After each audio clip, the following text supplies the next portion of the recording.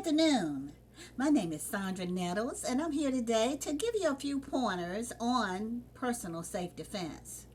Today, I was in Sanford, North Carolina at a car wash, and I was only going to vacuum my car. And as I finished my car and I was getting it all together, a thought kept coming to me. Someone could just push you in this car and take advantage of you. That thought kept coming back to me. Someone could just push you in this car and take advantage of you. I didn't have my normal stun gun on me. And so when I got in the car, I hung up the hose. And before I could crank my car up, this man about 2 yards from me was headed in my direction. I used the self-defense technique that you may be able to use, and that was my voice. I said, "Sir, don't come up on me. I don't feel comfortable with you in my space." I said it again. "Sir, don't come up on me. I don't feel comfortable with you in my space." He stopped and he said, "Oh, don't worry, I'm not coming. I'm not going to bother you." Well, that's being crime-wise. Using what you have.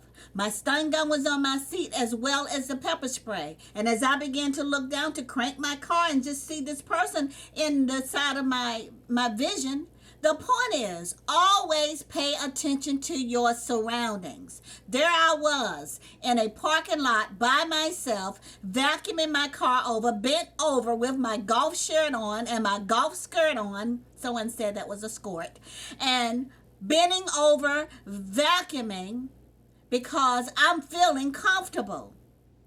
However, once I hung that hose up, there he was, 2 yards from my window, which was rolled down.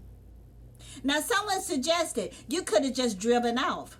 But by the time I would have cranked my car up, put my foot on the brake, pulled it down and drive, that man would have been dead smack in my face because my car was parked beside the vacuum cleaner. And there was my window. So I had to think fast.